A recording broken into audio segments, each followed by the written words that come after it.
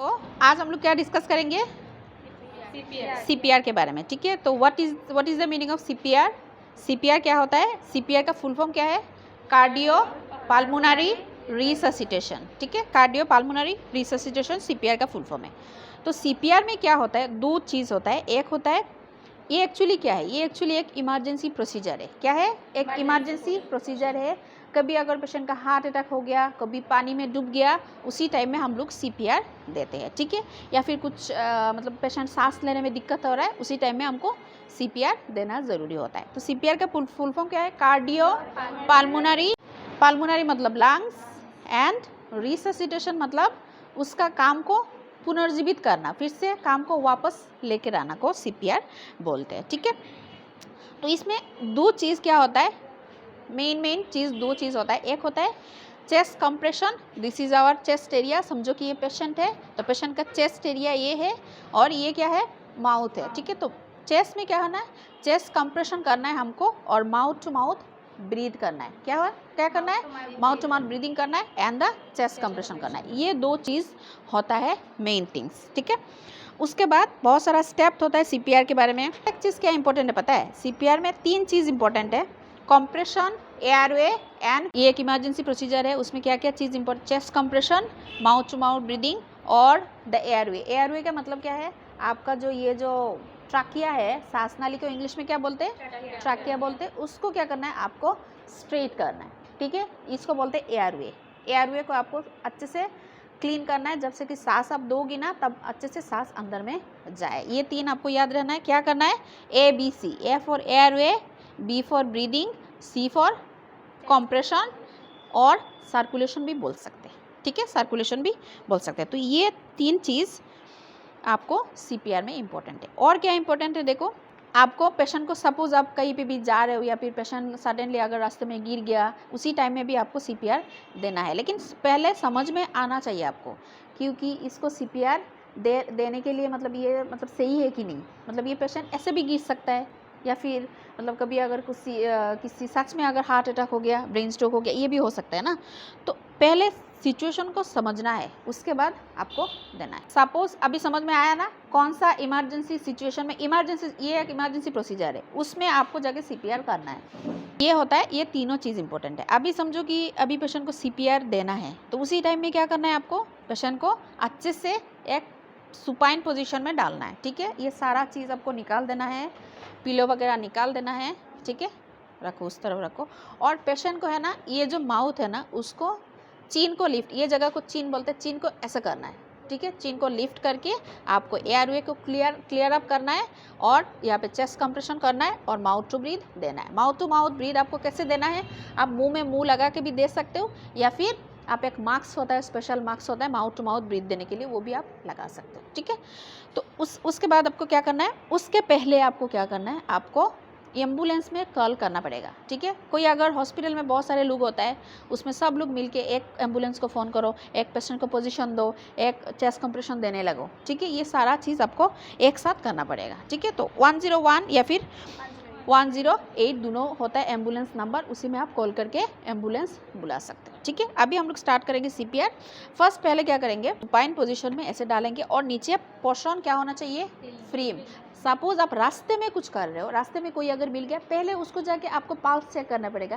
पहले सिचुएशन को आपको समझना है कि उसको सच में सीपीआर हुआ है, हार्ट सीपीआर देना है कि नहीं, हार्ट अटैक हुआ कि नहीं, वो आपको पहले समझ में आना चाहिए। कभी अगर धूप में जा रहे हैं, कभी अगर धूप की वजह से भी गिर सकते हैं कि नहीं, तो उसी सिचुएशन में आपको सीपीआर नहीं देना है। सेंसलेस होकर गिर सकते हैं, उसी सिचुएशन में आपको सीपीआर नहीं देना। इसीलिए पहले आपको सिचुएशन को पहले आपको समझना है।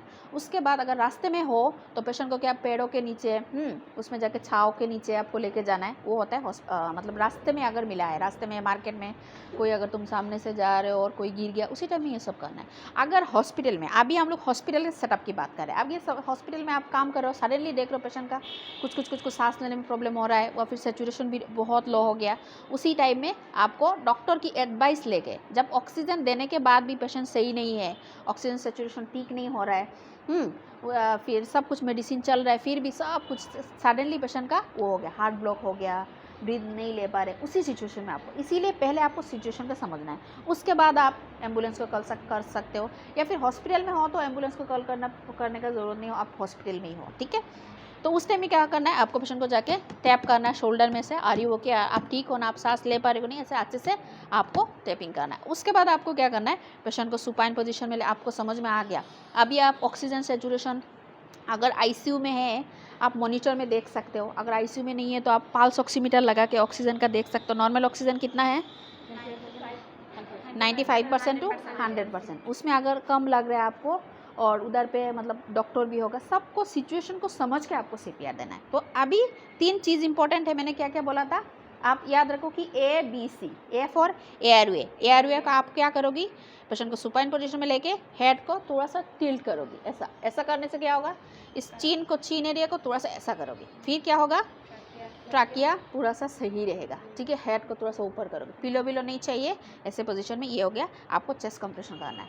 तो चेस्ट कंप्रेशन के टाइम में आप क्या करोगी, आपको कोई लोग और ज़्यादा लोग भी आपको हेल्प करेंगे। आपको इस जगह में उठना है, इस जगह में किस लिए उठना है, क्योंकि आप यहाँ से नहीं दे सकते, ठीक है, क्योंकि इधर पे उठने के बाद आप ऐसा करोगी, ऐसा आप फिंगर को लॉक करोगी, ठीक है ना, आपका डोमाइन हैंड के नॉन डोमाइन हैंड के ऊपर डोमाइन हैंड रखोगी, फिर आप एल्बो को स्ट्रेट करोगी, स्ट्रेट करके क्या करना है, ऐसा करना है, ठीक है। ऐसे करके क्या करना है, आपको कौन सा पोजीशन में देना है, देखो कौन सा जगह में देना है। ये जो निपुल एरिया है, निपुल का नीचे में है तो नीचे भी आप सुला सकते हो, कोई बात नहीं, ठीक है। हॉस्पिटल में है तो आप ऐसा पोजीशन में करना है, पोजीशन करके आपको एल्बो क्या है, इस जगह को एल्बो बोलते हैं ना, इस जगह को एल्बो को स्ट्रेट करना है, और आपको वो जो पॉइंट में आपको कितना बार करना है, हाउ मेनी कंप्रेशन, 30, 1 2 3 4 5 6 7 8 9 10 11 12 13 14 15 16 17 18 19 20 21 22 23 24 25 26 27 28 29 30, ठीक है। उसके बाद लंबा करके सांस करना है, ठीक है। उसके बाद फिर से आपको क्या करना पड़ेगा, आपको उठ के कितना बार देना पड़ेगा, 1 2 3 4 5 6 7 8 9 10 11 12 13 14 15 16 17 18 19 20 21 22 23 24 25 26 27 28 29 30, ठीक है। अभी हो गया, कितना साइकिल हुआ हम लोग का, 2 साइकिल हुआ है ना। तो ऐसा करके आपको कितना साइकिल करना है, मिनिमम 5 साइकिल करना है। 30 compression 2 breathing, 30 compression 2 breathing, 30 compression 2 breathing, और 30 और ये जो 5 साइकिल में आपका डिफाइब्रिलेटर मशीन और एडी मशीन आ सकता है, ठीक है। और एक चीज़ में से मैंने मिस कर दिया, उसको क्या करना है, पहले आपको हेलो हेलो करेंगे ना, उसके बाद आपका कान है ना, उसको कान में लेके आपको अच्छे से सुनना पड़ेगा, वो करने से पहले, ठीक है, क्योंकि वो पेशेंट सांस ले पा रहे कि नहीं वो आपको वो करना पड़ेगा। और पेशेंट का पल्स आप चेक करो फॉर 10 मिनट्स, कितना मिनट्स, 10 मिनट्स। और क्या करना पड़ेगा, आपको उंगली से इधर पे लेके जाके आपको सुनना पड़ेगा कि पेशेंट सांस ले पा रहा है कि नहीं, ठीक है। इतना ही होता है सीपीआर। और उसके बाद अम्बुबेग भी आप यूज़ कर सकते हो टू ब्रीद, ठीक है, अच्छे से लगा के पेशेंट को अम्बुबेग ऑक्सीजन के साथ कनेक्ट करके आप अच्छे से ब्रीदिंग कर सकते हो, ठीक है, वो बाद में करना है। तो तब तक आपको ये जो 5 साइकिल ख़त्म होने के टाइम में क्या करना है, आपका डिफाइब्रिलेटर मशीन या फिर एडी मशीन आ जाना चाहिए। एडी का फुल फॉर्म क्या है, ऑटोमेटेड एक्सटर्नल डिफाइब्रिलेटर, ठीक है, ये होता है एडी मशीन। आने तक आपको ये 5 साइकिल करना है। और एक चीज़ इंपॉर्टेंट है सीपीआर में, क्या होना है, आपका 1 मिनट में कितना कंप्रेशन होना चाहिए, 100 कंप्रेशन होना चाहिए। 1 मिनट में आपको 100 कंप्रेशन होना चाहिए अप्रोक्सीमेटली, ठीक है। समझो कि एक कंप्रेशन में कितना बार होना है, 30 बार, फिर सेकंड कंप्रेशन में फिर से 30, थर्ड में फिर से 30 करना पड़ेगा, और फिर जब आप ऑलमोस्ट 10 करोगी तब जाके 100 हो जाएगा। उसी टाइम में आपको कितना मिनट होना चाहिए, 1 मिनट में अप्रोक्सीमेटली, थोड़ा सा इधर उधर इट्स ओके, अप्रोक्सीमेटली आपको कितना करना पड़ेगा, पल्मोनरी रिससिटेशन, हार्ट और लंग्स को एक साथ उसको फिर से पुनर्जीवित करना। कभी कभी miracles happens with the patient, कभी कभी मिराकल होता है, ठीक है। मिराकल मतलब क्या है, पेशेंट मर जा रहा है, पेशेंट का सेचुरेशन 10 20 में आ रहा है, लेकिन फिर भी पेशेंट कभी कभी करके सांस लेके वापस आ सकता है। मिराकल हैपन समटाइम, ठीक है। तो समझ में आया, रास्ते में करने से, हॉस्पिटल में जब करोगी ना तब और भी लोग रहेगा, डॉक्टर रहेगा, इमरजेंसी डॉक्टर रहेगा, नर्स रहेगा, सीनियर रहेगा, जीडीएस स्टाफ रहेगा, सब लोग स्टाफ रहेंगे, लेकिन अगर रास्ते में होगा तो आपको सिचुएशन में अच्छे से समझ में आना चाहिए।